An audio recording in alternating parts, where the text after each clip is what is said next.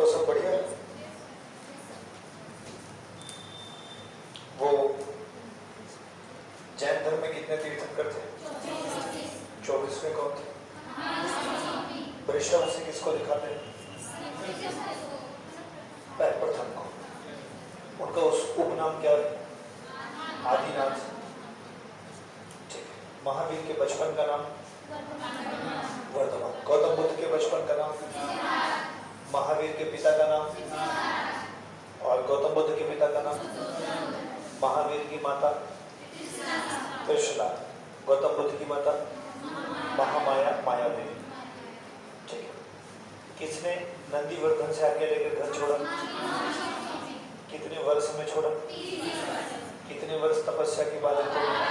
12। हालांकि 6 वर्ष लगातार तपस्या किए थे, लेकिन 12 वर्षों के भ्रमण के बाद उनको 42 वर्ष की आयु में ज्ञान मिला। कौन सी नदी थी? पहले उनके शिष्य कौन थे? जमाली। अड़ोज्या और प्रियदर्शना कौन है? की पुत्री है। 24वें के बाद भी तीर्थंकर हुई क्या? जैन धर्म में भगवान के अस्तित्व को माना गया है कि नहीं माना गया? हाँ, इग्नोर करने का पूरा प्रयास किया गया है, लेकिन कहीं पर स्पष्ट नहीं लिखा कि नहीं होते। लेकिन अगर मान्यता है भी तो वो तीर्थंकरों से नीचे है, ऐसा है। अच्छा, वेदों की मान्यता जैन धर्म में है क्या? नहीं है। वेदों को भगवान ने लिखा है, ईश्वर ने लिखा है, ये मान्यता को स्वीकार नहीं करता। भगवान नहीं है, ये कौन सा धर्म बोल रहे? कठिन प्रक्रिया किसमें है? मध्यम मार्ग किसमें? बौद्ध धर्म। बौद्ध गौतम बुद्ध का विवाह हुआ किससे? यशोधरा। यशोदा से किसका विवाह हुआ? अड़ोज्या किसकी पुत्री? राहुल किसके पुत्र है? गौतम। कोई जातक वंश से संबंधित है क्या? और कोई शाक्य वंश से संबंधित है? गौतम बुद्ध। 4 दृश्य जिसको प्रभावित कर रहे हैं वो कौन? चारों दृश्य कौन कौन से? वृद्ध व्यक्ति है, रोगी व्यक्ति है, बूढ़ा व्यक्ति है और एक प्रसन्न चित्त सन्यासी। ठीक है। उनके घोड़े का नाम क्या है? कंटक। मौर्य काल में कंटक शोधन न्यायालय हुआ है। अच्छा, 4 कौन है? कितने वर्ष की आयु में गौतम बुद्ध निकले? अलार कलाम से मिले थे क्या? किस दर्शन के वो प्रणेता है? मतलब संबंधित है सांख्य दर्शन, जिसमें प्रकृति की बात होती है। प्रकृति मतलब कृति के पहले। हाँ, प्रकृति, प्रकृति और मानव, इसी को डुअलिज्म बोलते हैं। अच्छा, बौद्ध धर्म की स्थापना होने की थी। कौन सी नदी के किनारे ज्ञान मिला? कोई राक्षस इनको परेशान कर रहा है, मारा। वो पृथ्वी स्पर्श मुद्रा क्या दिखा रही थी?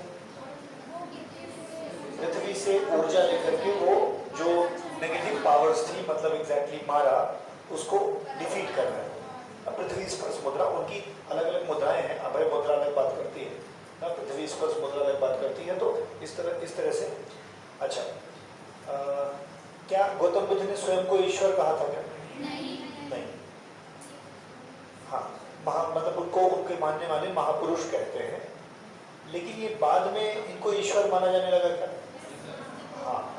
क्या इनकी मूर्ति पूजा भी होने लगी थी क्या? क्या गौतम बुद्ध ने मूर्ति पूजा के लिए कहा था? नहीं। जो लोग गौतम बुद्ध की बात मान रहे थे वो हीनयान थे क्या? अच्छा, जो गौतम बुद्ध की बातों से थोड़ा सा अलग बात करेंगे वो महायान है। धीरे धीरे एक और यान आ जाएगा क्या? कौन सा यान? वज्रयान को और किस नाम से जानते हैं? थंडरबोल्ट। 5 महाव्रत कहाँ है? कौन कौन से? सत्य, अहिंसा, आस्ते, अपरिग्रह और ब्रह्मचर्य। कल के वीडियो में एक मतलब त्रुटि हो गई थी बताते समय, उसको अभी करेक्ट कर लिया जाता है। ठीक है। स्त्रियों का प्रवेश जैन धर्म में पार्श्वनाथ ने अलाउ किया था। कल हमने बताते समय शायद कह दिया था कि महावीर स्वामी ने 5वां महाव्रत भी जोड़ा था और स्त्रियों के प्रवेश को भी अनुमति दी थी। तो उसे प्लीज करेक्ट करेंगे हम लोग कि पार्श्वनाथ ने ही 4 आर्य वो महाव्रत भी दिए थे और स्त्रियों के प्रवेश, पुष्पचूड़ा पहली स्त्री थी जो वहां पे शामिल हुई थी। ठीक है, तो ये करेक्शन था, इसे आप ध्यान रखेंगे। 5वां महाव्रत किसने दिया? हाँ, वो हाथ, उनके सिंबल में एक हाथ है, वो क्या दर्शा रहा है? अहिंसा। और वो एक स्वास्तिक का चिन्ह है जिसमें 4 घर बने हुए हैं। वो 4 घरों में कौन कौन सिंबलाइज है? स्वर्ग, नरक, मनुष्य, पशु।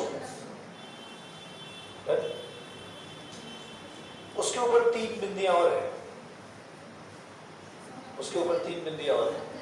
सम्यक दर्शन, सम्यक ज्ञान, सम्यक आचरण। तीनों में सबसे ज्यादा प्रमुख कौन? और 5 महाव्रत में सबसे ज्यादा प्रमुख कौन? अहिंसा। इतनी ज्यादा अहिंसा की बात करते हैं कि ये अहिंसा एक समय में लोगों को खलने लगती है। कृषि तक वर्जित थी जैन धर्म में। कृषि करेंगे तो हो सकता है पानी वानी भर दिए, मान लो कुछ जीव उसी में मर गए। तो ये अहिंसा की श्रेणी में, मतलब जैन धर्म ज्यादा ही कुछ अहिंसक है। संलेखना संथारा याद है क्या? अच्छा, जैसे वहां 5 महाव्रत थे तो बौद्ध धर्म में कुछ 4 थे क्या? आर्य सत्य, दुख, दुख समुदाय, दुख निरोध, दुख निरोध प्रतिपदा, काम। तो कल तक की क्लास में हमारी यहीं तक चर्चा हुई थी कि गौतम बुद्ध भ्रमण करते करते कई जगह गए थे। उनके बहुत से लोग शिष्य बने, जिनमें सारीपुत्र बहुत प्रमुख प्रिय शिष्य था। सारीपुत्र के मरने के बाद बड़ा उनको दुख भी हुआ, उन्होंने बहुत सारी लाइनें भी उनके बारे में बोली। उसके बाद आनंद उनके प्रिय शिष्य रहे तो आनंद भी, उपाली भी, सारीपुत्र भी, मोदकलायन भी ना। तो शिष्य तो उनके बहुत सारे हैं, लेकिन उनमें से प्रिय शिष्य आनंद बाद में रहते हैं। अच्छा, वो घूमते घूमते पहुंच जाते हैं गया, या हम कहें पावापुरी, पावापुरी क्या, पावा पहुंच जाते हैं, जहाँ पे एक चुंद नाम का व्यक्ति है। उसके यहाँ शुकर माधव खाते हैं और इनकी तबीयत खराब हो जाती है। अंत में जाकर के कुशीनगर में सुभद्र नाम के एक व्यक्ति को ये दीक्षा देते हैं और उसी के बाद इनकी डेथ हो जाती है। ये बातें क्लियर हुई थी? अच्छा, इनके जो सिद्धांत थे बौद्ध धर्म के ये थे कि इनमें 4 आर्य सत्य था, जिसको दुख, दुख समुदाय, दुख निरोध और दुख निरोध गामिनी प्रतिपदा। दुख निरोध गामिनी प्रतिपदा। तो दुख का मतलब है कि बुद्ध के अनुसार जन्म भी दुख है। बुद्ध का मानना है कि तुम जन्म ले लिए हो, यही दुख है सबसे बड़ा, मतलब ये जीवन ही दुख है। उनके अनुसार कहते हैं कि बुढ़ापा भी दुख है, जरा भी, जन्म भी दुख, बुढ़ापा भी दुख, मरण भी दुख है। आपके जीवन में कोई अप्रिय मिल जाए वो भी दुख है। अप्रिय, जो आपका प्रिय ना हो, मतलब जो आप ना चाहते हो वैसा हो जाए, तो वो भी दुख है। उनके अनुसार है प्रिय का दूर चले जाना भी दुख है, प्रिय वियोग भी दुख है। उनके अनुसार ये है कि जब इतना सारा दुख है तो क्या हम ऐसा नहीं कह सकते हैं क्या कि सब्बम दुखम, अर्थात सभी वस्तुएं दुखमय है। मिल जाए तो दुख, चली जाए तो दुख, ना मिले तो दुख, जन्म ले लिया वो दुख, बूढ़े हो गए वो दुख, मर गए वो भी दुख। तो जीवन दुखों से भरा हुआ है। सब्बम दुखम, सब्बम दुखम का मतलब है सभी वस्तुएं दुख ही है। संसार को दुख में देख करके बुद्ध ने ही कहा था कि सब्बम दुखम, अर्थात सभी वस्तुएं दुखमय है। तो दुख की उनकी परिभाषा इस तरह है कि जीवन दुखों से भरा हुआ है। दुख समुदाय का मतलब है कि दुख उत्पन्न होने के बहुत सारे कारण हैं और इन सभी कारणों में सबसे प्रमुख इच्छाएं हैं। दुख समुदाय, समुदाय मतलब ग्रुप्स, बहुत सारे दुख के कारण हैं, अनेकों कारण हैं, बट इन कारणों में सबसे बड़ा कारण उन्होंने तृष्णा को या इच्छाओं को बताया हुआ है। ठीक है, उन्होंने कहा कई कारण हैं, जैसे कि अविद्या, अविद्या ज्ञान नहीं है तब पर भी तुम दुखी ही रहो। उन्होंने कहा कि अगर तुम्हारे अंदर इच्छाएं बहुत हैं तब पर भी तुम दुखी रहो। उन्होंने कहा तुम किसी से जलते हो, तुम योग्य नहीं हो और किसी भी चीज को लेकर के उससे घृणा रखते हो तो वो भी दुख का कारण। तो उन्होंने कहा कि बहुत सारे कारण हैं, आसक्ति भी दुख है। इन्होंने कई सारे तर्क दिए कि मानसिक कुतर्क भी दुख है। अगर तर्क करने की शक्ति आपके पास नहीं है तब पर भी आप दुखी हो जाएंगे, क्योंकि आप तर्क नहीं कर पाएंगे, आप दुखी हो जाएंगे, ज्ञान नहीं है आपके पास।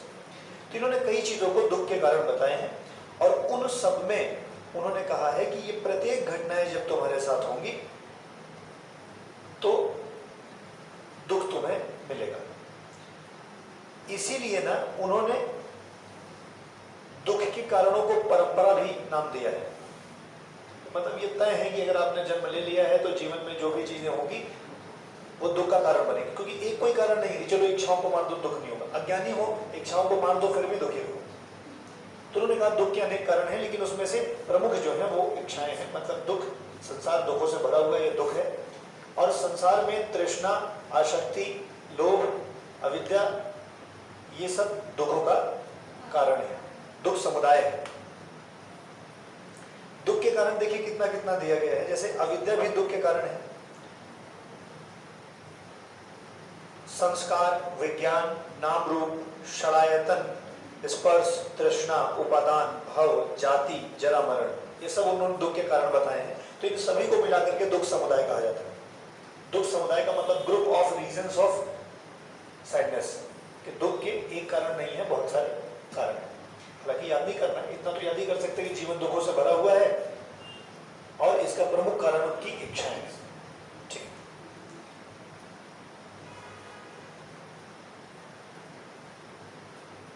इन्होंने कहा है कि ये पूरा एक चक्र है, जन्म से लेकर मरण तक एक चक्र है, और जन्म से मरण के बीच में बहुत सारे समुदायों का टकराव होता है आपके साथ। आप जन्म लेंगे, उसके बाद अशिक्षा हो गई, उसके बाद आपकी इच्छा खराब हो गई ना, जो भी हो। इन्होंने कहा ये सब एक चक्र है, आदमी इसी चक्र में फंसा है और जीवन भर फंसा रहेगा। एक जीवन में नहीं उभर पाएगा तो दूसरे जीवन में फंसा रहेगा। तो ये जीवन चक्र है जब आदमी दुख में फंसा रहता है। और अगर किसी व्यक्ति को ये चक्र तोड़ना है तो उसे अविद्या का अंत करना पड़ेगा, उसे ज्ञान प्राप्त करना पड़ेगा। अविद्या मतलब ना लैक ऑफ नॉलेज, जो विद्या की आ है बराबर कमी है ना, उसे समाप्त करना पड़ेगा। और जैसे ही आप एनलाइटमेंट में आ जाएंगे, विद्या की कमी को समाप्त कर देंगे, मतलब आपको ज्ञान हो जाएगा, तो जैसे ही ज्ञान हुआ नहीं कि ये जो दुख समुदाय है इसका चक्र टूट जाएगा। और जब दुख समुदाय का चक्र टूट जाएगा तो शायद आप निर्वाण की ओर जाने में सफल हो जाएंगे। निर्वाण मतलब ज्ञान की प्राप्ति की ओर। मतलब किसी भी व्यक्ति को ज्ञान प्राप्त करना है तो पहली बात तो ये तय है कि उसे दुख के कारणों से मुक्ति पानी पड़ेगी। और दुख के कारणों से मुक्ति का प्रथम साधन या एकमात्र साधन ये है कि आप चीजों के बारे में नॉलेजेबल हो जाए। आपको जब ज्ञान हो जाए, ये आपके जीवन में भी तो होता है, ये आपके जीवन में भी तो होता है। उदाहरण के लिए आप कोई चीज सोचेंगे ऐसा हो जाए, नहीं होता है। इम्प्रैक्टिकल चीज सोच लिया आपने मूवी देखा कि एक व्यक्ति था, देखो पिक्चर एक ऐसी है, पिक्चर में बस इतना होता है कि एक हीरो बहुत गरीब है और उसको कोई मार देता है, उसके परिवार वालों को मार देता है, फिर पता चलता है कि उसका जो हत्यारा है वो ऑस्ट्रेलिया में है। तो सीधे ये दिखाते हैं कि प्लेन उतरी और हीरो भी ऑस्ट्रेलिया चला गया, लेकिन पूरी पिक्चर में ये कहीं से नहीं दिखाया कि उस हीरो ने उस ऑस्ट्रेलिया जाने की टिकट की व्यवस्था कैसे करी। तो हर आदमी जब गुस्साता है तो ऑस्ट्रेलिया, अमेरिका ऐसे जाने की सोचता है। क्या प्रैक्टिकल है क्या? पहले की मूवीज में दिखाया जाता था गरीब है, फिर मेहनत किया, फिर धीरे धीरे अमीर बना ना, तो उससे लोगों को सीख मिलती थी। तो उस समय लोग मेहनत करने की सीख रखते थे, और अब जो है वो सीधे हवाई जहाज में बैठने की सीख रखते हैं, योग्यता की ज़्यादा बातचीत नहीं करते। पिक्चर जो है वो कहीं ना कहीं ऐसे देख करके लोग लोभान्वित होते हैं। सर अगर कोई ऐसी प्रतिक्रिया ले लिए जो सत्य नहीं है, तो आपको तो तभी पता चलेगा जब पता चलेगा, उम्र में बड़े हो गए और पता लगेगा जैसा सोचा था वैसा तो होता ही नहीं, तो ज्ञान हो जाएगा, दोबारा वैसा अटेम्प्ट नहीं करोगे। तो सारा कहानी यही है कि आपको दुख होगा, इसका मतलब आपको ज्ञान नहीं था इसीलिए दुख होगा। तो दुख के चक्र से मुक्ति का मतलब है अविद्या को हटा दीजिए। और सर अविद्या को हटाएंगे तो कहीं ना कहीं आपको थोड़ा बहुत नॉलेज मिल जाएगा। दुख निरोध के बारे में कहा जाता है कि दुख के निरोध या निवारण के लिए तृष्णा का उन्मूलन आवश्यक है। इच्छाओं को समाप्त किया जाना बहुत जरूरी है। दुख समुदाय समझ गए ना, और दुख समुदाय को हटाने के लिए इच्छाओं को हटाना जरूरी है, और इच्छाओं को हटा देंगे तो हो सकता है आपको ज्ञान हो जाए, ज्ञान हो जाए तो हो सकता है वो चक्र जो है टूट पाए और शायद आप योग्य हो पाए कि दुख निरोध गामिनी प्रतिपदा। उन्होंने कहा है ये सब हो सकता है, इच्छाओं को समाप्त किया जा सकता है, चक्र को तोड़ा जा सकता है, लेकिन उसके लिए भैया आपको 8 मार्ग से होकर गुजरना पड़ेगा। इसी मार्ग को अष्टांगिका मार्ग कहा गया। जैसे जैन धर्म में पंच महाव्रत का बात है, वैसे ही यहाँ पर अष्टांगिका मार्ग की बात की गई है। दुख निरोध गामिनी प्रतिपदा, कि दुख निरोध को जानने के लिए निम्नलिखित मार्ग पर आपको चलना पड़ेगा। मार्ग है कि सम्यक दृष्टि, सम्यक संकल्प, सम्यक वाक, सम्यक कर्म, सम्यक आजीव मतलब जीविका, सम्यक व्यायाम, सम्यक स्मृति और सम्यक समाधि। आपको वहां 3 ही मिले थे ना, सम्यक ज्ञान नहीं, सम्यक दर्शन, सम्यक ज्ञान, सम्यक आचरण। यहाँ वैसा ही सम्यक मतलब सही, और 8 चीजें हैं। कहते तुम्हें दृष्टि सही रखनी पड़ेगी, किसी चीज को वास्तविक स्वरूप के ध्यान को सम्यक दृष्टि कहते हैं। कहा जाता है संकल्प भी अच्छा होना चाहिए। इनके अनुसार ये है कि तुम बहुत बढ़िया हो लेकिन संकल्प ही गलत ले लिए हो तो तुम्हारा जो परिणाम अंतिम होगा वो गलत होगा। जैसे आपने चोरी करने का संकल्प ले लिया, बहुत ईमानदार चोर हो तो अपने चोरी में सफल हो गए, काम में तो सफल हुए क्योंकि संकल्प तुम्हारा सही था, लेकिन तुमने जो संकल्प ले रखा था वही सही नहीं था, तब तो आपको मोक्ष नहीं मिलने वाला। तो इन्होंने कहा कि दृष्टि अच्छी होने के साथ साथ तुम्हारा जो दृष्टि के बाद जो डिटर्मिनेशन होता है वो भी अच्छा होना चाहिए। इन्होंने कहा अच्छा बोलना भी पड़ेगा, खराब वचनों का परित्याग करना पड़ेगा, सम्यक कर्म करने पड़ेंगे, दान दया सत्य अहिंसा। इन्होंने लिखा है कि दान करना पड़ेगा, दया रखनी पड़ेगी, सत्य बोलना पड़ेगा, अहिंसा करना पड़ेगा, ऐसे सत्कर्मों का पालन करना पड़ेगा। इन्होंने कहा है आजीविका, जो जीवन यापन करने के लिए जो विधि होगी, मेथड होगा, सम्यक होना चाहिए। सम्यक जीविका या सम्यक आजीव, इसका मतलब है कि आपको सदाचार के नियमों के अनुकूल जीवन व्यतीत करना पड़ेगा। कोई झूठ बोलने पे आपको अगर 10 रुपया ज्यादा दे रहा है तब पर भी आप उसे नहीं एक्सेप्ट करेंगे। सम्यक आजीव या सम्यक जीविका का यही मतलब है कि अच्छे आचरण के माध्यम से जीवन यापन करना।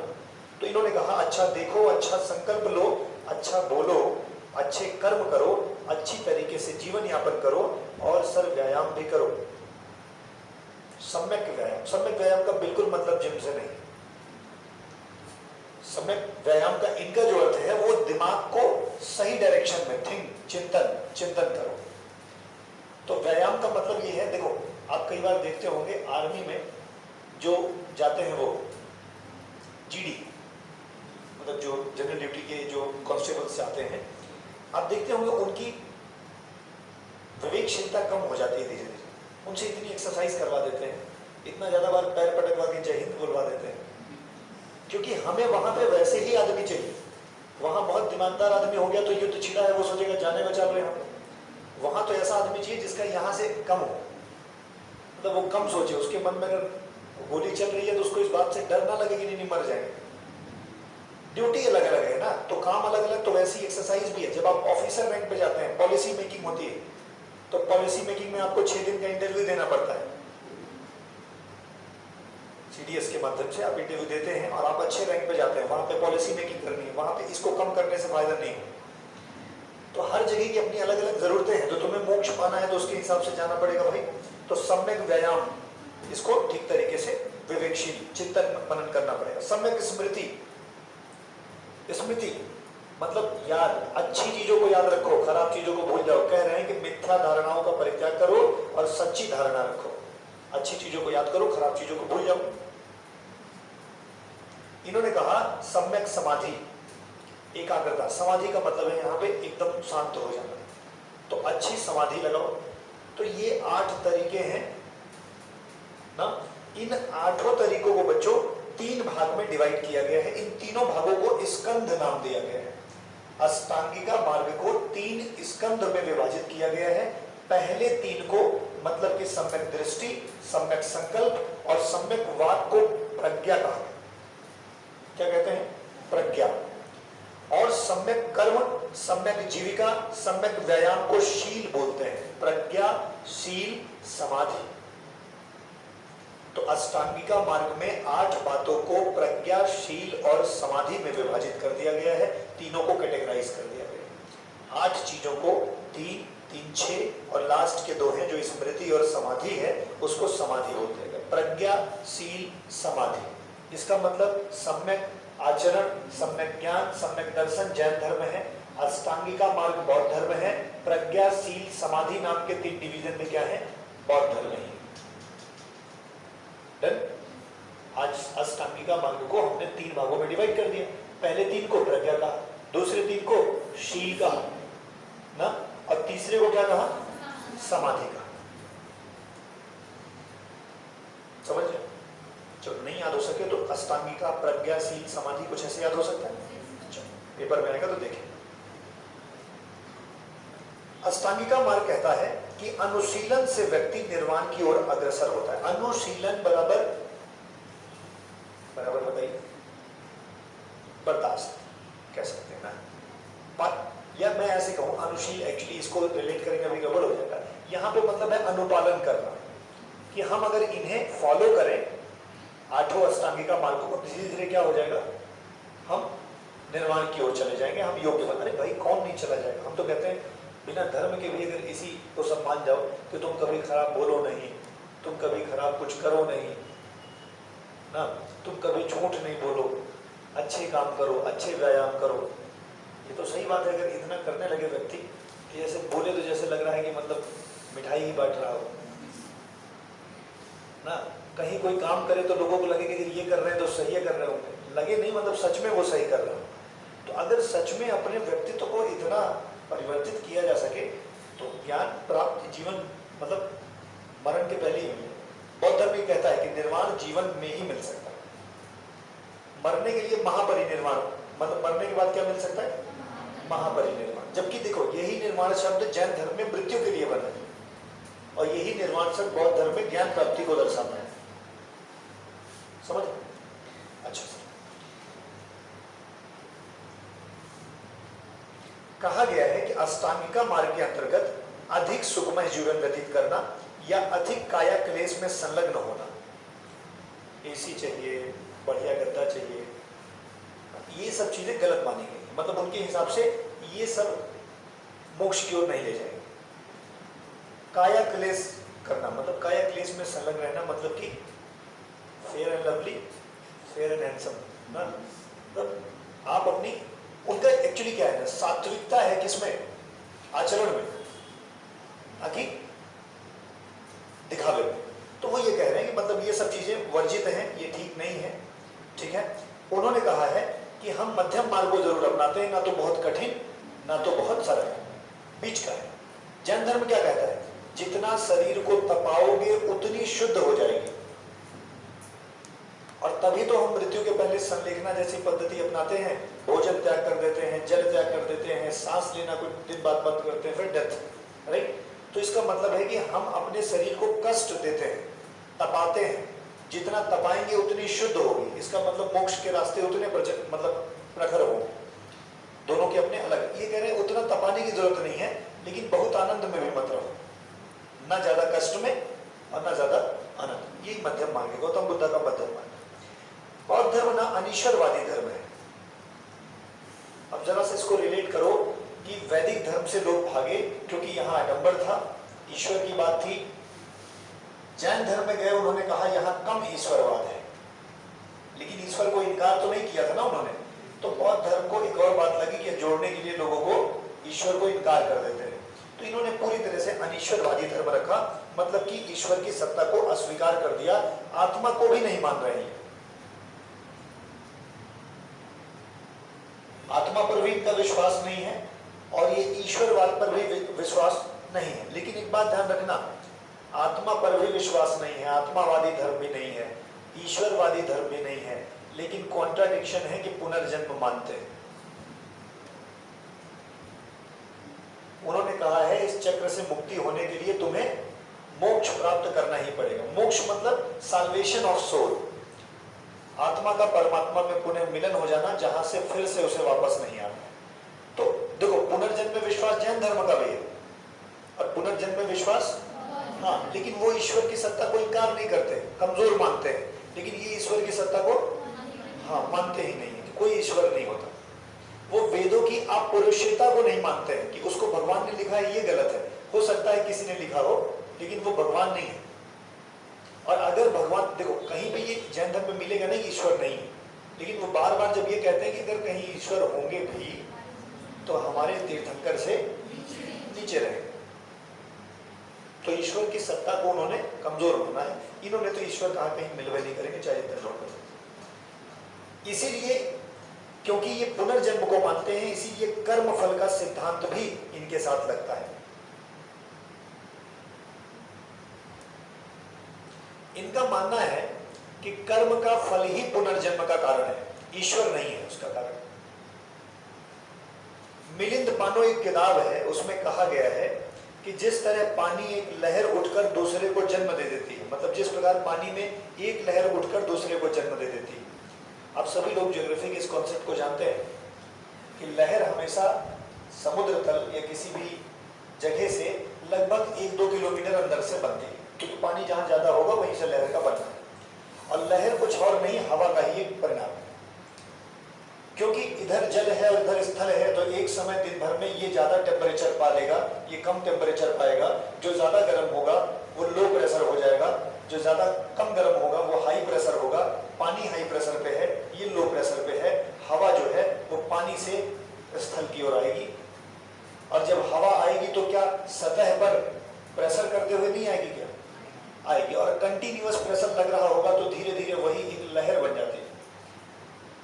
शुरुआत में लहरें छोटी होती हैं, लेकिन आगे बढ़ते बढ़ते बढ़ते उनको चूंकि ढकेल रही है कोई चीज ना, तो एक लहर, 2 लहर ऐसे। तो कह रहे हैं जिस प्रकार से लहर, एक लहर कई लहरों को बना देती, वैसे ही कर्म फल ही पुनर्जन्म का कारण है।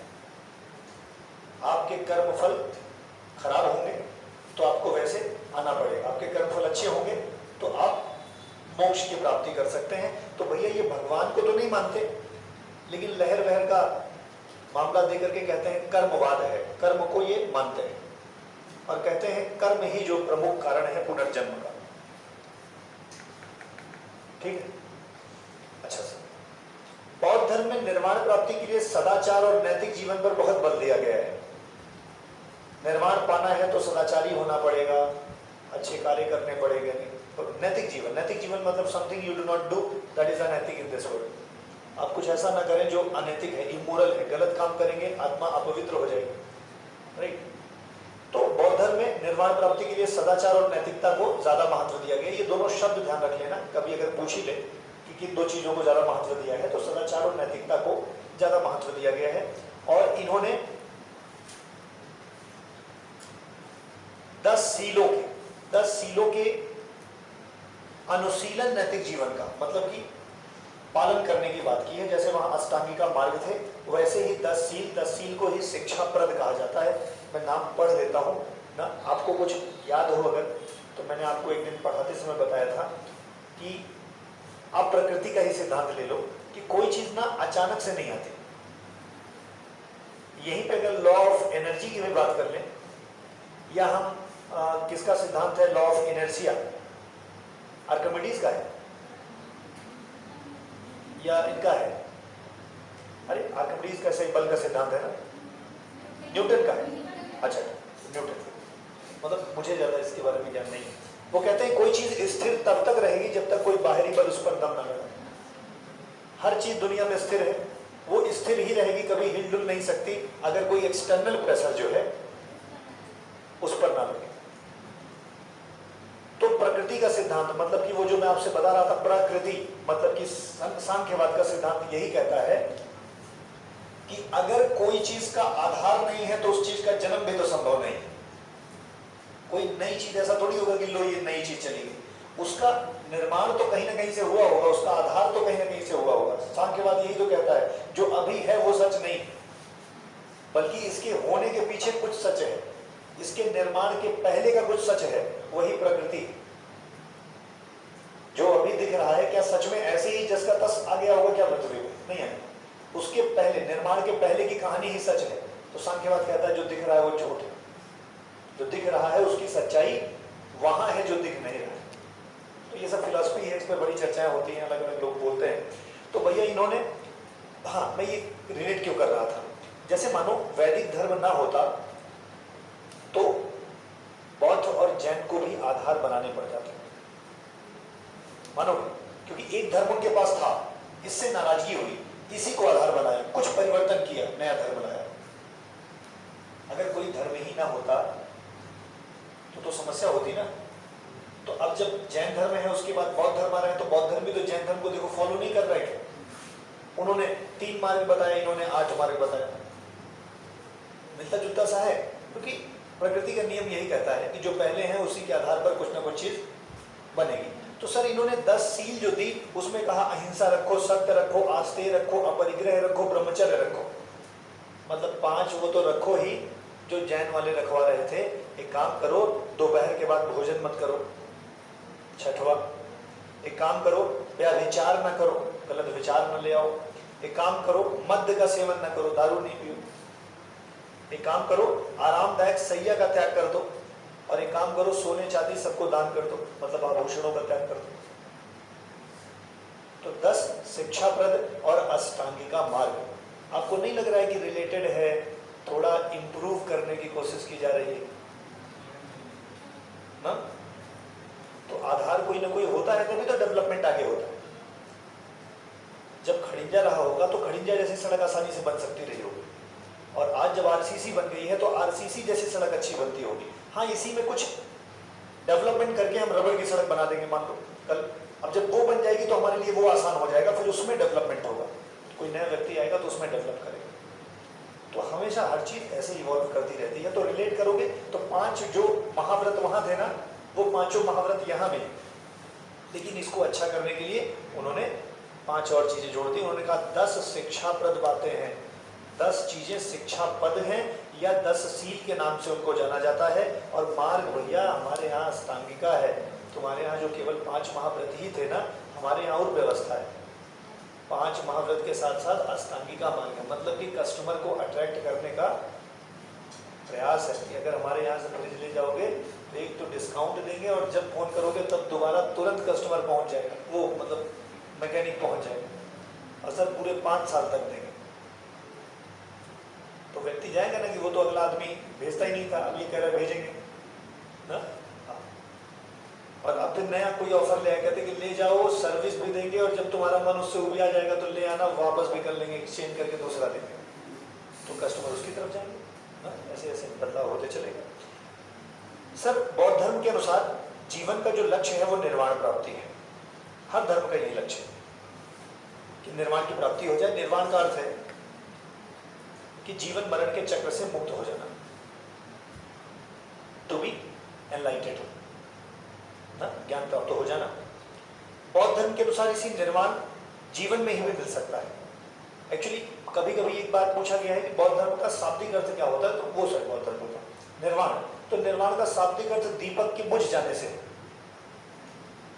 यहाँ पे दीपक को इच्छा से जोड़ लीजिए, इच्छाओं का समाप्त हो जाना।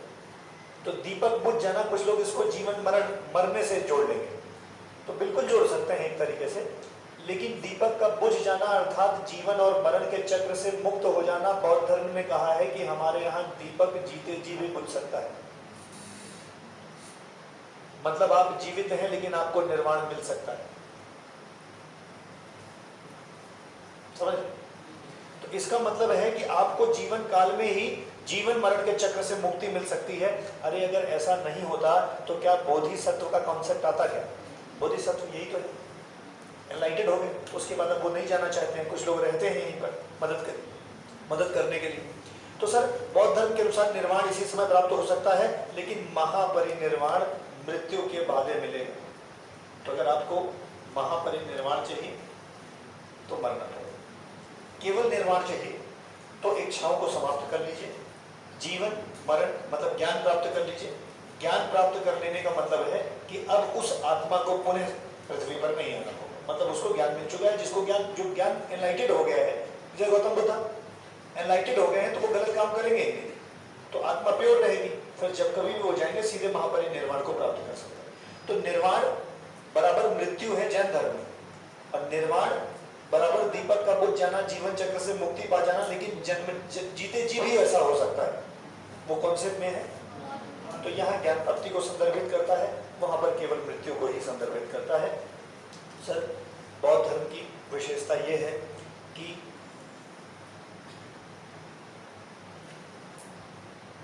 यह अनिश्वरवादी धर्म है, इसका पुनर्जन्म में विश्वास है, ये अनात्मावादी धर्म है, ठीक है ना। तो आप इस बात को, तीनों विशेषताओं को ध्यान रखिएगा। बौद्ध में एक बहुत अच्छी चीज क्या मतलब, बौद्ध धर्म में एक चीज थी जिसे संघ कहा जाता था ना? इसे हम लोग बौद्ध संघ कहते हैं। तो बौद्ध संघ, बौद्ध धर्म में संघ का बड़ा महत्वपूर्ण रोल था। जैसे बौद्ध धर्म में त्रिरत्न जो थे, त्रिरत्न में 3 रत्न जो थे वो थे बुद्ध, धम्म और संघ। बौद्ध धर्म के त्रिरत्न, वहां जैन धर्म के त्रिरत्न अलग है और बौद्ध धर्म के त्रिरत्न अलग है। जैन धर्म के त्रिरत्न कौन है? सम्यक दर्शन, ज्ञान, आचरण। और बौद्ध धर्म के कौन? बुद्ध, धम्म और संघ।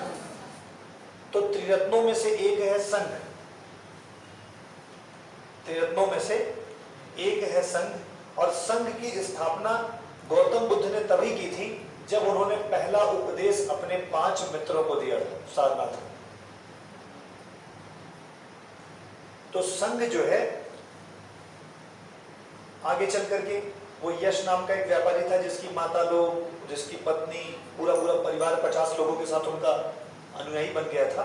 तो सबसे पहले शिष्यों को, जो ब्राह्मण 5 शिष्य थे, उनको संघ में लाए और उसकी स्थापना की। उसके बाद उसमें लोग जुड़ते चले गए। संघ में प्रवेश पाने के लिए गृहस्थ जीवन का त्याग जरूरी था और कम से कम 15 वर्ष की आयु का होना जरूरी था। यदि किसी व्यक्ति को संघिक बनना है तो उसे घर छोड़ना पड़ेगा, गृहस्थ जीवन को। और संघ का अर्थ यही है कि 15 वर्ष की आयु के बड़े हो जाएंगे, फिर आपको यह काम मिलेगा कि आप धर्म के प्रचार के लिए एक से दूसरी जगह जाइए, भिक्षु के जीवन में रहिए, आप कहीं पर भी मांग के खाइए, लेकिन मांग के खाने के बाद तुरंत वहां से निकल लीजिए। आप वहां रुकेंगे नहीं, रात्रि विश्राम नहीं करेंगे। संघ के लोग केवल और केवल बारिश में ही यात्रा को विराम देते थे, वो भी अपने विहारों में। स्टोव के बगल विहार होते थे ना, जैसे कॉलोनीज बना दी जाती हैं आजकल, ठीक है, वैसे। तो सर 15 वर्ष की आयु होनी थी, माता पिता की आज्ञा भी होनी चाहिए थी। आप सुनो, अब तो बहुत कम मुझे दिखता है, कई बार हम जब छोटे थे तो ये प्रथा कहानियाँ चलती थी कि एक लड़का गायब हो गया, 20 साल बाद आया। अब शायद हो सकता है गांव में रहते ना हो, समय ना होता हो, तो इसलिए कहानियाँ कम मिलती हो। कि पहले गांव में ही रहना था तो हर चीज़ देखना था, कोई गिर गया तो कैसे गिरा, दाहिने गिरा था कि बाएं गिरा, तो आगे से कोई आ रहा था कि डर के गिर गया।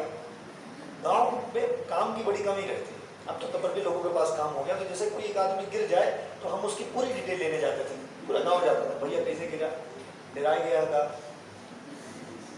कोनो लड़ाई नहीं सी, ऐसे ऐसे गिरा तो पीठी में लग गया। तो हर एक चीज़ उससे, समय है ना, तो आदमी के पास, फिर उसको ले जाते थे घर पे, खटिया वटिया निकाल के बिठा देते, हल्दी तेल सब घर से ले आकर लगवाते थे। वो बार बार जाने को कह रहा है कि चले जाएं, हम घर चले। अरे रुका, घर वाले बुला ले, कोनो आवे तो, नहीं तो चलो हम छोड़ जाओ। समय ज़्यादा है तो आदमी कर रहा था। अब कोई गिर जाता तो ज़्यादा पूछते नहीं।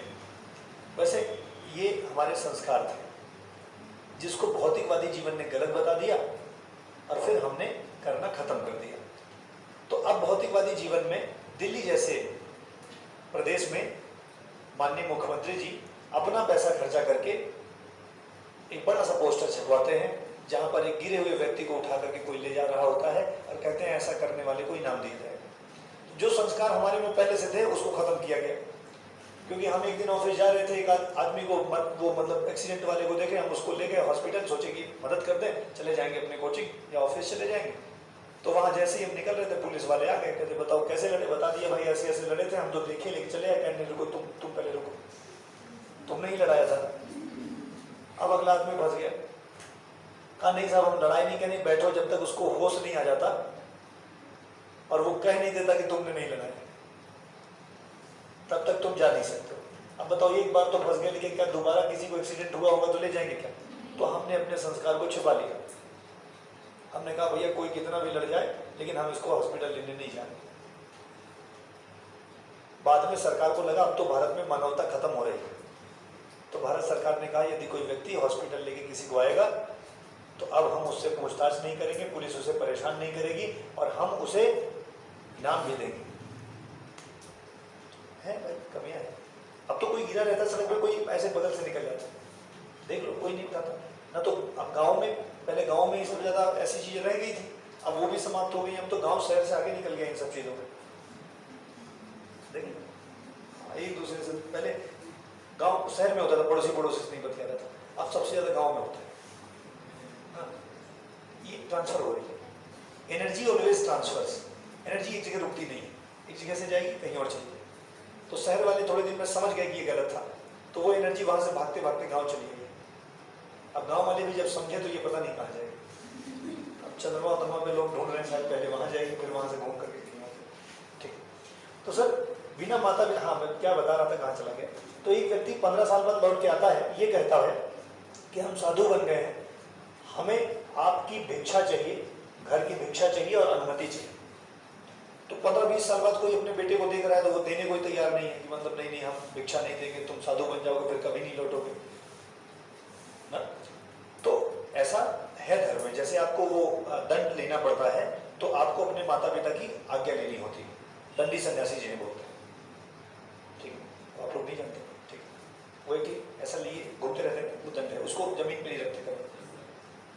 फिर वो लोग वो नारियल के उसमें पानी पियेंगे, अपना लकड़ी का थाली वाली लेके घूमते रहते हैं, कमंडल अपनी अलग लेके घूमते रहते हैं। वो दंड जो है वो कभी फिर जमीन पर वो लोग नहीं रखते, हमेशा टांगते हैं कहीं पर ना। दंडी सन्यासी उन्हीं को बोलते हैं। बहुत मतलब कठिन व्रत है वैदिक धर्म में, हालांकि। तो माता पिता की आवश्यक वो अनुमति आवश्यक थी, इसके बिना अनुमति के प्रवेश किसी का नहीं हो सकता था। कोई व्यक्ति अगर अस्वस्थ है, शारीरिक विकलांग है, रीढ़ी है, किसी का पैसा लेके भाग गया है, सैनिक है और दास है, तो उसे संघ में नहीं लिया जाएगा। तो सैनिकों का, ऋणी का, इन सब लोगों को संघ में अनुमति नहीं थी। 15 वर्ष की आयु चाहिए, माता पिता की आज्ञा चाहिए, ये एक तरह से योग्यता थी, जैसे आज संविधान में राष्ट्रपति बनने और हर चीज के चुनाव लड़ने की। तो 15 वर्ष की आयु होनी चाहिए, माता पिता की आज्ञा प्राप्त करनी चाहिए ना। उसे शारीरिक विकलांग, अस्वस्थ, ऋणी, सैनिक या दास नहीं होना चाहिए और घर छोड़ देना पड़ेगा, तब वो संघ का आदमी बन सकता है। संघ की सभा में प्रस्ताव को नीति या वृत्ति कहते थे। जैसे आज हमारे यहाँ विधेयक पेश होते हैं, वैसे ही संघ में जो प्रस्ताव आता था उसको नीति या वृत्ति कहा जाता था, ठीक है। बहुमत से जो प्रस्ताव पारित हो जाता था उसको भूमस्किम कहते थे। भूमस्किम इज दी कंप्लीट, वो क्या कहते हैं, फुल कॉन्फिडेंस ना। पूर्ण बहुमत से जो प्रस्ताव पारित हो जाए उसको भूमस्किम कहते थे। और अगर उस पर मतभेद हो जाए तो उसको अधिकरण कहते थे। अगर मतभेद हो जाए तो उसके अधिकरण, आज मतभेद हो जाए तो संयुक्त बैठक बुलाई जा सकती है, अनुच्छेद 108, ठीक। हालांकि चलो, जब कोई सभी साधु, भिक्षु और भिक्षुणियां धर्म वार्ता के लिए इकट्ठे होते थे तो उसे उपोसथ कहते थे। उपोसथ, सब जब बैठने के लिए सब लोग धर्म पर चर्चा करने के लिए इकट्ठा होते थे तो उसको उपोसथ कहते थे। आपको 2-3 नए शब्द मिले। वृत्ति प्रस्ताव को कहते हैं। प्रस्ताव पारित हो जाए तो भूमिस्किम कहते हैं। अगर वो मतभेद में आ जाए तो अधिकरण कहते हैं। और सर अगर इसके लिए उपस्थित लोग जो है, सभी लोग धर्म पर चर्चा करने के लिए इकट्ठे हों तो उन्हें उपोसथ कहते थे। और भैया इनका कोरम होता था 20, कि 20 लोग कम से कम इकट्ठा होंगे तभी धर्म पे चर्चा हो पाएगी। तो जैसे आज कोरम कितना होता है, 10%, 1/10। तो वैसे संघ का कोरम हो, अरे संघ एक तरह से संसद की तरह काम नहीं कर रही क्या ना। उसकी योग्यता है, उसका कोरम है, प्रस्ताव को अलग नाम दिया है, वृत्ति अलग है, अधिकरण अलग है, भूमिस्किम अलग है, और साथ ही साथ 20 लोग होने चाहिए। उसके बाद आप उपोसथ कर सकते हैं। उपोसथ मतलब धर्म पर चर्चा। गृहस्थ जीवन का जब व्यक्ति त्याग करता था तो उसको प्रवज्जा कहते थे। प्रवज्जा एक ऐसा व्यक्ति है जो गृह त्याग कर चुका है, अब वो जो है जाएगा संघ में प्रविष्ट होगा। और जब वो संघ में प्रविष्ट होता था तो उसको उपसंपदा कहते थे। याद नहीं करना है, बहुत मैं ऐसे बोल रहा हूँ, जो याद हो जाए ठीक है। जैसे मान लो आज के बाद कभी आपको प्रवज्जा मिलेगा तो मुझे लगता है दिमाग में रहेगा कि अच्छा हाँ, वो घर छोड़ दिए थे तो उनको प्रवज्जा कर। आज से वृत्ति कहीं मिल जाएगा, अधिकरण कहीं मिल जाएगा, भूमि स्कीम कहीं मिल जाएगा, उपोषथ कहीं मिल जाएगा, विदत कहीं मिल जाएगा, सभा समिति कहीं मिल जाएगा। तो अब ये नहीं लगेगा मतलब हमने पढ़ाई नहीं। हो सकता है कि आप कंफ्यूज होकर गलत कर जाएं, मैं ये मान सकता हूँ, लेकिन जिसको एक बार गलत भी करके चले आओगे ना, उसको दोबारा गलत नहीं कर पाओगे। क्योंकि गलत करोगे और घर पे आके जब देखोगे और आपको लगेगा कि तो सोचे ये थे, हो ये गया, तो अगली बार जब आएगा वो प्रश्न तो तुरंत दिमाग क्लिक करेगा कि अब की बार सोचना यही है और करना भी यही ना, तो फायदा होता है। सर बौद्ध धर्म के जो भिक्षु और भिक्षुणी है ना,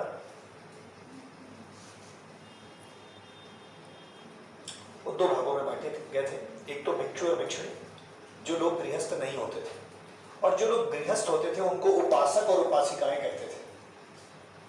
तो यही तो बौद्ध धर्म है। बौद्ध धर्म में सरल मार्ग है। तुम घर रहते हुए, अपने परिवार के साथ रहते हुए भी मोक्ष पा सकते हो। तुम चाहो तो घर छोड़ के भी मोक्ष ले लो।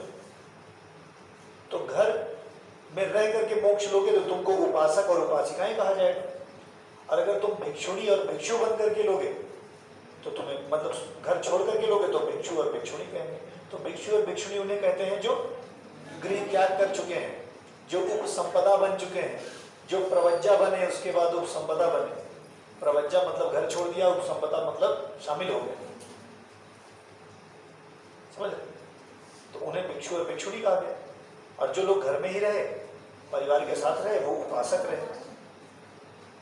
ठीक है भैया। बौद्ध धर्म में 4 संगीतियों का वर्णन है। 4 संगीतियों मतलब 4 बैठक, 4 प्रमुख बैठकें बौद्ध धर्म में हुई। पहली 483, दूसरी 383, 100 वर्ष, तीसरी 250, चौथी नहीं प्लीज 98 99 को रिप्लेस करके 72 कर लीजिए, 72वीं। ठीक है ना। चौथी जो हुई है शायद वो 72वीं हुई।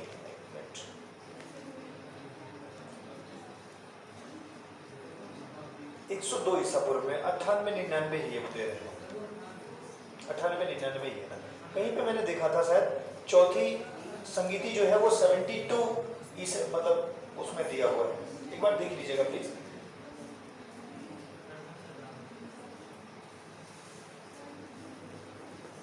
चलो देख लीजिएगा, अदरवाइज मैं कंफर्म करूंगा। अभी इतनी ध्यान रखिए कि अगर चारों में हम बोले, बोलिए कुछ कह रहे हैं।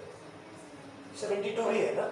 हाँ एक्चुअली मैंने एक दो जगह देखा था, इसमें जैसे 102 दिया है, किसी में 98 दिया है और किसी में 72 दिया है। मैं एक्चुअली क्या एक प्रश्न सॉल्व कर रहा था प्रीवियस ईयर का, तो जिसमें 72 और 98 दोनों था और उसमें उत्तर 72 को कंसीडर किया था, राइट। तो थोड़ा सा इन बातों पे विवाद है, आप भी चेक कर लीजिएगा, मैं थोड़ी क्लैरिटी के साथ बात कर लूंगा। ठीक है। 98 और 72। अब जैसे इस वाली में जो एस के पांडे सर की ये बुक है, इसमें तो 102 ईसा पूर्व में कनिष्क के शासनकाल में दिया हुआ है। तो 78 या 92 या 102 हाँ ईस्वी में। तो वो चीजें हम लोग कंफर्म कर लेंगे ना, अभी इस पे चर्चा नहीं करना है। बुक के हिसाब से 102 है, मुझे 98 99 भी याद है, और एक चूंकि प्रश्न में मैंने 72 देख लिया था, तो मैं थोड़ा सा समय लेकर के इसे कल की क्लास में कंफर्म करता हूँ। ठीक है।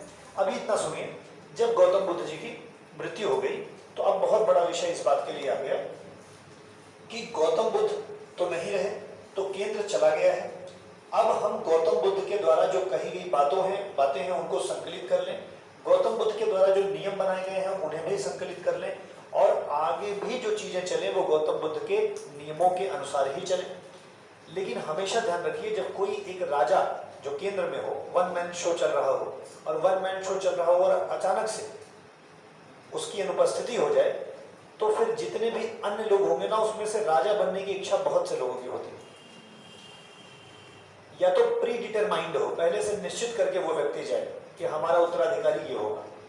अब अगर वो उत्तराधिकारी सुनिश्चित नहीं करेंगे तो हर व्यक्ति अपनी अपनी अलग आइडियोलॉजी लेकर के भागेगा, और तब उन्हें समेटने का काम कोई नहीं कर पाएगा, क्योंकि समेट वही सकता था जो उत्तराधिकारी होता उनके द्वारा कहा हुआ। तो थोड़ी सम्मान बनी होती कि भाई ये कहे हैं, उन्होंने कहा था ना, ऐसा होता। तो यही हो रहा था बौद्ध धर्म में, और यही हुआ सभी जगह जहां जहां केंद्र बिंदु समाप्त हो गए अचानक से। उत्तराधिकार की जहां जहां घोषणा नहीं हुई वहां वहां लड़ाइयां हुई, या मतभेद हुए हैं या बंटवारा हो गया। ठीक है। तो गौतम बुद्ध के जाने के बाद सब लोगों ने प्रयास करके कहा कि काम कर लेते हैं, बैठ के कर लेते हैं और बैठक में देखते हैं कि हम किस प्रकार से बौद्ध धर्म को चलाएंगे। ये बैठक करने का एक प्रमुख उद्देश्य यह भी था कि थोड़ा सा यह जानकारी हो गई थी लोगों को कि गौतम बुद्ध के बाद विचार अलग अलग हो रहे थे लोगों, उनके शासन के दौरान ही मतलब ऐसा चल रहा था। कुछ लोग गौतम बुद्ध को ईश्वर मान रहे थे, कुछ लोग गौतम बुद्ध को ईश्वर नहीं महापुरुष मान रहे थे, कुछ लोग गौतम बुद्ध के डिसिप्लिन को सही मान रहे थे और कुछ लोग गौतम बुद्ध के डिसिप्लिन को थोड़ा सा बदलना चाह रहे हैं।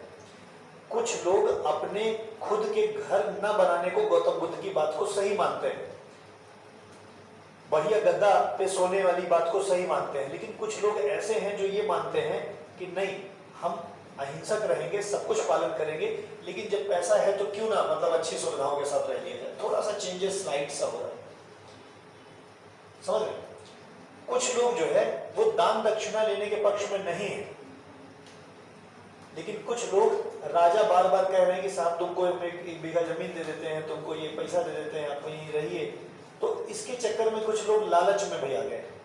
तो ये मतभेद हो रहा था जो कि स्पष्ट हो जाता, इसीलिए पहली बौद्ध संगीति कर ली गई कि स्पष्ट ना हो और कुछ बीच का रास्ता निकाल लिया जाए। पहली बौद्ध संगीति हुई, महाकश्यप उसके अध्यक्ष रहे, अजातशत्रु का शासनकाल है। अगर आपको अजातशत्रु याद हो तो मुझे बताइए किस वंश से संबंधित है? कालाशोक, अजातशत्रु नहीं, हाँ हर्यक वंश से हैं, बिंबिसार, ठीक है ना, अजातशत्रु। दूसरी बैठक होगी कालाशोक के समय में, मतलब कि वो दूसरे वंश मगध के होंगे। वो कौन से? शिशुनाग वंश के, ठीक, बहुत बढ़िया, हर्यक वंश। तो महाकश्यप इसके अध्यक्ष बने। राजगृह की सप्तकर्णी गुफा में ये समिति हुई थी। अजातशत्रु राजा थे, इसको ऐसे याद कर लेते हैं हम लोग, ए के मतलब अजातशत्रु, के फॉर कालाशोक, फिर ए फॉर अशोक और के फॉर कनिष्क। तो चार बौद्ध संगीतियां ना, ए के याद हो गया आपको। 483, 383, 250, 98, 101, 72, मतलब कंफ्यूजन वाला ये भी क्लियर हो गया। तो आपको सन भी क्लियर हो गया है, आपको उसके शासक भी क्लियर हो गए हैं, आपको उसके अध्यक्ष पे थोड़ा सा काम करना है और जगह पे। तो पहली हुई है राजगृह में, महाकश्यप अध्यक्ष हैं। गौतम बुद्ध की मृत्यु के तुरंत बाद 483 ईसा पूर्व में राजगृह की सप्तकर्णी गुफा में एक बैठक की गई अजातशत्रु के समय में। इसमें बुद्ध के दो प्रमुख शिष्य थे, आनंद और उपाली, ये उपस्थित रहे। और इस संगीति में बुद्ध की शिक्षाओं का संकलन हुआ। उसे सुत्त और विनय पिताका के नाम से जाना गया, ठीक है। आनंद को अगर हम रिलेट कर लें तो वो किससे हो गए? सुत्त पिताका से। और उपाली से रिलेट कर लें तो वो किससे हो गए? विनय पिताका से, ठीक है। अभी एक लोग और आएंगे जो कि अभिधम पिताका। तो कभी आपसे पूछ ले ऐसे, बुद्ध, धम्म और संघ किसकी वाणी? वो है बौद्ध धर्म।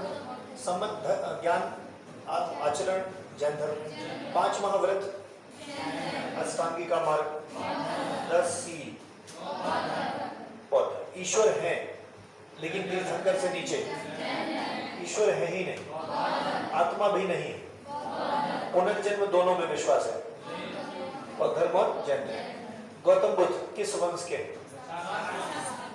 अंतिम उपदेश किसको दिए? शुभंद को। कहाँ दिए? शुक्र माधव खा करके उनको तबियत खराब हो गई, बाद में उनकी डेथ हो गई। अच्छा, बहुत बढ़िया। पहली बौद्ध संगीति कहाँ हुई? कौन से 2 शिष्य उपस्थित? आनंद और उपाली। दूसरी बौद्ध संगीति एग्जैक्टली 100 वर्ष बाद हुई, वैशाली के बालूकाराम बिहार में। वैशाली के बालूकाराम बिहार में सबाकामी या सुबुकामी, ठीक है, ये इसके अध्यक्ष हुए। और शासक आप जानते हैं, महाकश्यप और सबाकामी, 2 आप समझ गए। मोगली पुत्र तिस, देखो तिस बराबर तीसरा, तिस बराबर तीसरा, तो तीसरी बैठक के अध्यक्ष कौन हो गए? तिस। अभी एक टेंशन और खत्म हो। पहली की आपको याद ही है, महाकश्यप। दूसरा आप याद कर लो, सबाकामी। तो भैया 483, 383 महाकश्यप, सबाकामी ना। एक के अजातशत्रु, दूसरे के कालाशोक ना। एक राजगृह की सप्तकर्णी गुफा में और दूसरी वैशाली के बालूकाराम बिहार में। रिपीटेशन मैटर, रिपीट करते रहेंगे तो याद हो जाएगा। ठीक है, तो दूसरी आज पढ़ लेते हैं, फिर उसके बाद करते हैं। 100 वर्ष बाद कालाशोक के समय में दूसरी बौद्ध संगीति का आयोजन हुआ। अध्यक्ष सुबुकमी रहे। इस संगीति में ना बौद्ध भिक्षुओं में कुछ बातों पर बड़ा झगड़ा हो गया, जैसे दोपहर के बाद भोजन करना है कि नहीं करना, और भोजन के बाद विश्राम करना है कि नहीं करना। इन सब पे लड़ाई करने लगे। कुछ लोग कह रहे कर लेना चाहिए, कुछ लोग कह रहे नहीं कर लेना चाहिए। तो इस पे जैसे खाने के बाद मट्ठा पीना है कि नहीं पीना, छाछ पीना है कि नहीं पीना, तो इस बात को लेकर के, उन पे ताड़ी पीने को लेकर के, गद्देदार बिस्तर के प्रयोग को लेकर के, सोने चांदी का दान लेने के चक्कर में, इन सब में आपस में विरोध होने लगा। तो दूसरी बैठक में मतभेद स्पष्ट होने लगा कि दो विचारधाराएं मन में चल रही हैं। वो कह रहे हैं लें, वो कह रहे हैं नहीं लें। जो गौतम बुद्ध को मान रहे होंगे वो वर्जित मानेंगे, और जो गौतम बुद्ध को नहीं मान रहे, मतलब उनसे उनमें बदलाव लाना चाह रहे हैं, वो इस पर थोड़े से अडिग रहेंगे। हालांकि कोई बड़ी घटना नहीं होगी दूसरे में, किसी विधि इसको भी समझाया जाएगा, लेकिन मनभेद तो हो ही गया है ना, मतभेद भी हो जाएगा धीरे धीरे। ठीक है, और इन्हीं के नेतृत्व में एक बात ध्यान रखिए कि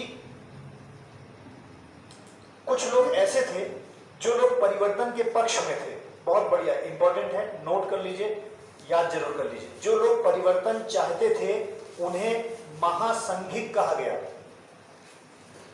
जो लोग परिवर्तन चाहते थे उन्हें महासंघिक या सर्वास्तिवादी कहा गया। महासंघिक और या सर्वास्तिवादी कहा गया।